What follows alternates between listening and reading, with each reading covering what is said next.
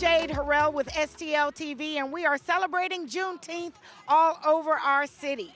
It is Freedom Day, and celebrations are happening everywhere.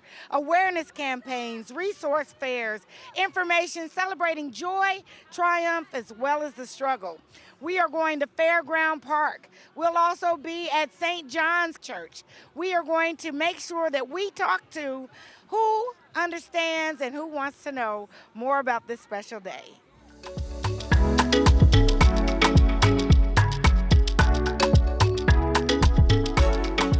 I am here with two amazing people who are taking part in the festivities.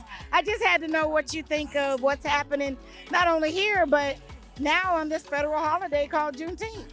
Well, I like it more than like. I love how, the acknowledgement of it all is beginning coming forth June 19th.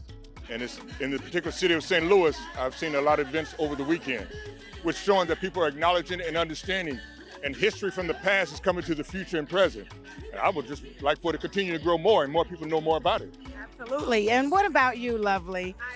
You look like you're having a ball. I'm having a ball. I even bought this jewelry from one of the vendors here. And as they say, it's not just about shopping, but if you can support vendors and you have something that supports your culture, why not? We were just talking about the various different Juneteenth celebrations all over. They don't have to be one. We can have many, because wherever you are in your community, we're celebrating Juneteenth. I'm here with Yolanda. Yolanda, what does this mean for you? It means everything. Freedom from oppression, freedom from just being enslaved for many years. I'm just happy to be here celebrating with the community and with the people. Love, fun, laughter, and freedom. Well, we've been talking about the news of freedom, celebrating freedom, and that there's joy in the struggle. But what does it really mean to be free? And Congresswoman Cori Bush says repair needs to be made, and she's done something about it. We're out here at Fairground Park. We've talked about it, and you went on and said it.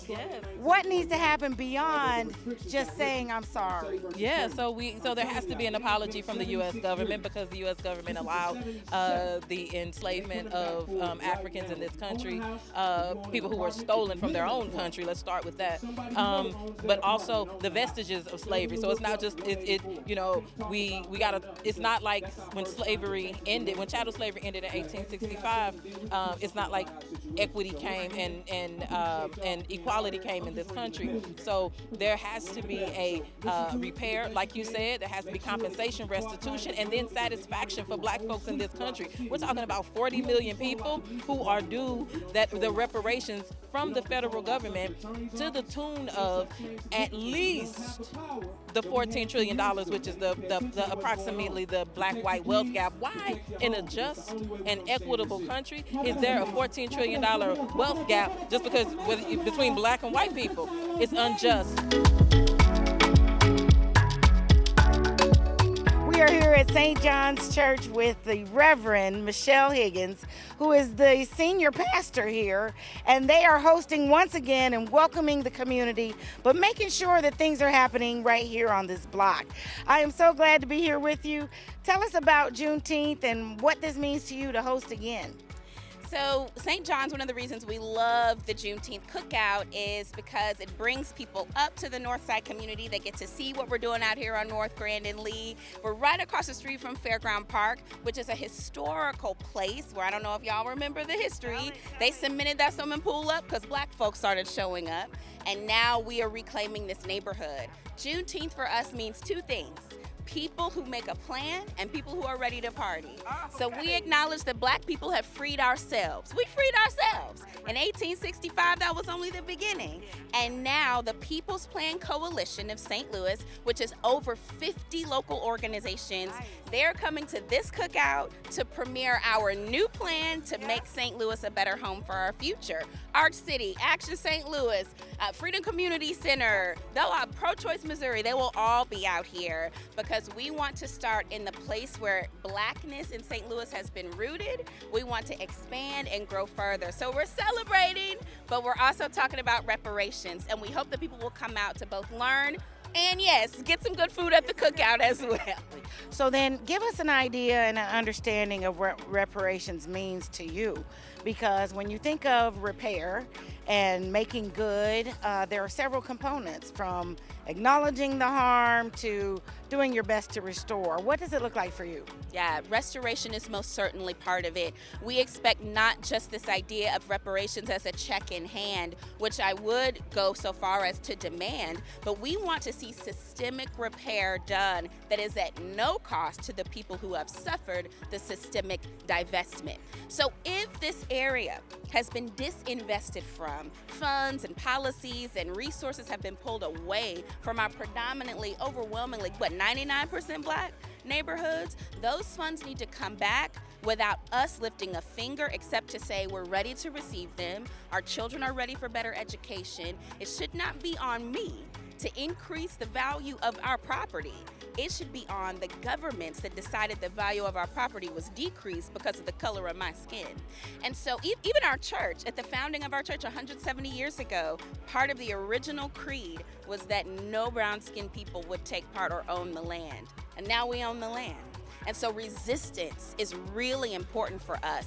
But in order for us to really experience reparations, we want to see not just an acknowledgement, but action from the people who have the power to reinvest systemic funds.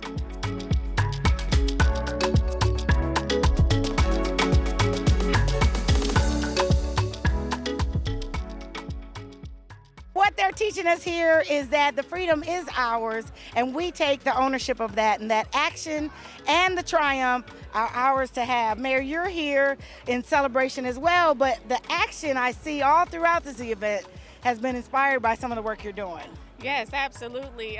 During the earlier announcements, we talked about how the Reparations Commission is having another meeting coming up on Saturday, and it was a commission I founded through an executive order to put a group of people together, a diverse group of people together, so we can start talking about reparations. You know, everybody thinks they know what reparations is, but it's more than just money. It's always reparations, and it's to repair the conditions that Black people have endured in this country for generations. And it also ties into the work that we're doing at St. Louis Development Corporation with our Economic Justice Action Plan, which is helping to reverse decades of disinvestment in marginalized neighborhoods. What does freedom look like as you envision it for this area?